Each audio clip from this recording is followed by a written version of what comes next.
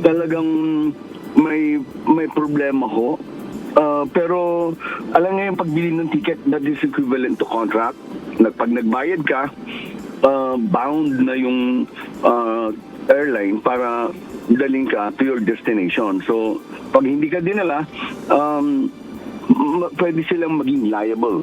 So, since this is a contract, parang ordinary contract kahit na walang pirmano ko yan, ang ticket is considered as a contract. So, yung ticket na yan, yun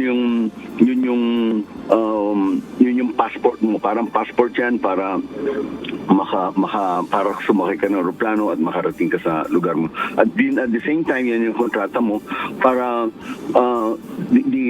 the airline should carry, dadaling ka dun sa lugar na safe, no? Buong buo. So kapag ka ito'y violate, katulad yan, hindi fully paid na, at hindi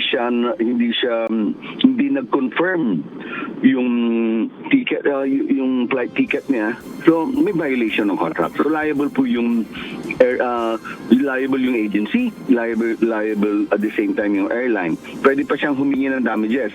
May mga cases ko kaming ganyan, nakakahingi kami ng damages na malaki kasi halimbawa yung pupuntahan mo isang sale o kaya isang pag-close ng contract, yung loss of profit because of the aberya, pwede mong i-claim ko yan.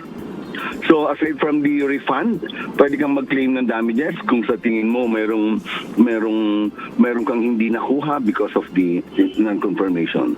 Siguro yung kanyang bakasyon, hindi naman nababayaran yan, pero pwede nating i-equate kung magkano ho yung gusto niya.